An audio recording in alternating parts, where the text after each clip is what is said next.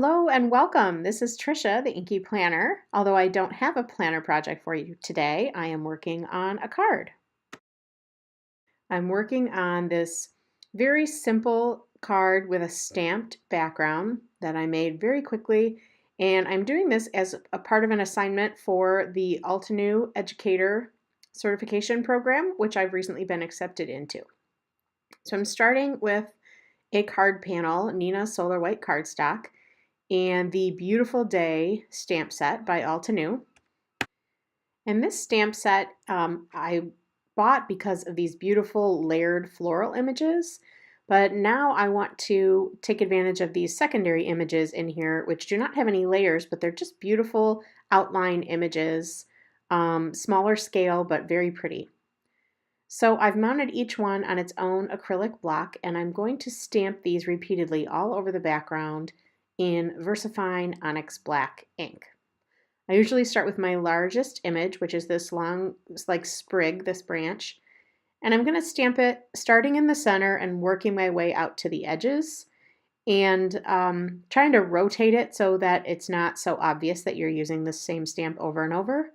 And I also like to make sure that I hang the stamp off the edge of my panel at some points so that it looks like the pattern continues beyond the edge of the page. So now I've moved on to the second largest image. This is like a cluster that has some floral, like blooms in there and some leaves. And I'm nestling those in between my other stamps. And by having these on separate blocks, I can toggle back and forth. If I decide I want to go back to the larger stamp, I can grab that. I don't have to remount it. So it works out pretty well. So you can see I've done several of those. And I am going to go back to that larger stamp up in the corner. And now the card is pretty well filled up, but I like to go back with the smaller images at this point and fill in any little blanks that look like they might need some extra attention. On this block, I have two small images, one on one side and one on the other, and I can just flip it around in my hand to look through and decide if I want to use that little flower or that little set of leaves. So I'm adding a couple of each of those, and again I'm making sure to go along the edges so it looks like that is a continuous pattern. And I go right back to that last leaf image. Again, having those all on separate blocks just helps a lot. So now I am going to color these because they don't have any layering images. I'm just going to use some distress inks. I have mustard seed, shaded lilac, and peeled paint. And I really want just a very casual, painterly looking wash on these. I'm going to just use my water brush and very lightly, I mean, I am not taking any care to stay inside the lines at all. And I don't care if my paint is a little waterier or like lighter in some and more intense in other spots. I want it to look real loose. And I'm just going over all of those yellow flowers first. Then I'm using the shaded lilac and those little clusters that look like berries. I'm just literally drawing circles over the top of those. I don't care about staying inside the lines. Like I said, just a really loose shot of color just to put some interest in there. And the final color here is peeled paint. And that one's a little bit more intense than my other two, so I just make sure that I kind of water it down a little bit. I am not using watercolor paper here. I'm using cardstock, and I find that that's okay if you don't use tons of water. This Neenah Solar White cardstock, it holds up okay. Probably watercolor paper would have been ideal, but this is what I had in front of me, and it holds up all right if you just don't saturate the paper too much. So I'm just not getting puddles on there. And it dries up real quick, and I didn't really have any problems with warping or anything, so it worked out okay. And I'm just going through, and I'll show you at the end in a close-up how sketchy this painting is. I think this is in double time, what I'm showing you here, but I really went quick. Even in real time, it was pretty quick. I was just very loosely dropping a little bit of color on top of each of those images, not paying a whole lot of attention to covering every ounce of it or even staying inside the lines. just wanted to get a pretty suggestion of color. So that's it for the painting. I mean, it was that simple. I'll bring this up for a close-up here so you can see.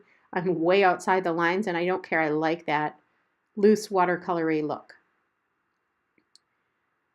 So just to add a sentiment on the top of my page, I have this hello die in my stash, and I need to look it up honestly and see what manufacturer that is, what company. So I will try to do that and link it.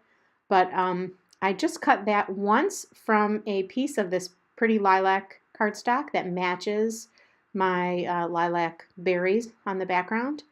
And then I cut several pieces of white cardstock to go behind it. And you can see on my white cardstock, those are, they have like mistakes, stamped mistakes from previous projects. And that's perfect. I think that was Jennifer McGuire that I picked that tip up from, but those are perfect for using to stack behind your dies to give them dimension because no one sees that other paper, and then you're not wasting perfectly good, clean paper along the way. So I don't remember how many layers exactly I use. I think I put two, the lilac layer and one white card behind it.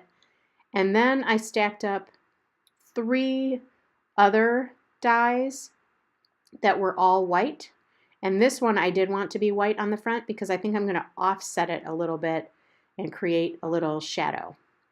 And I just stacked some of my blocks on there while they're drying. I'm just using multi-medium matte adhesive to adhere those. That's really strong liquid adhesive, and it's in a fine tip applicator, so it works great behind these dies. So I have another panel of that lilac cardstock that I have cut to A2 size, and I have trimmed down my stamped panel just about 1/4 of an inch so that it'll leave a nice border all around, and I'm using liquid glue to adhere those together. And then when I put the lilac hello on top of the white hello, I will shift it just a little bit to the right and up so that the white background is visible, almost like a little drop shadow. And it just gives a little bit more interest and adds, it helps it pop off the page just even a tiny bit more. And again, with liquid glue, I just want to put something heavy on it to keep it smushed together while it dries. And then I will take my whole panel and adhere that to a top folding A2 card base that I made from 110-pound Neenah Solar White cardstock. And then I'll use that same multimedia glue to adhere my sentiment onto my panel. And that will be it for the card. When I do put that on, I line it up with my T-square ruler to make sure I get it nice and straight. And when you have a very simple card like this, those details make it look extra special, making sure that your sentiment is nice and straight, having that stacked sentiment with a little bit of offset. Those are the little details that make it set apart. And I really love the finished product here. So here is another look at the final card. I'll get it up here close for you.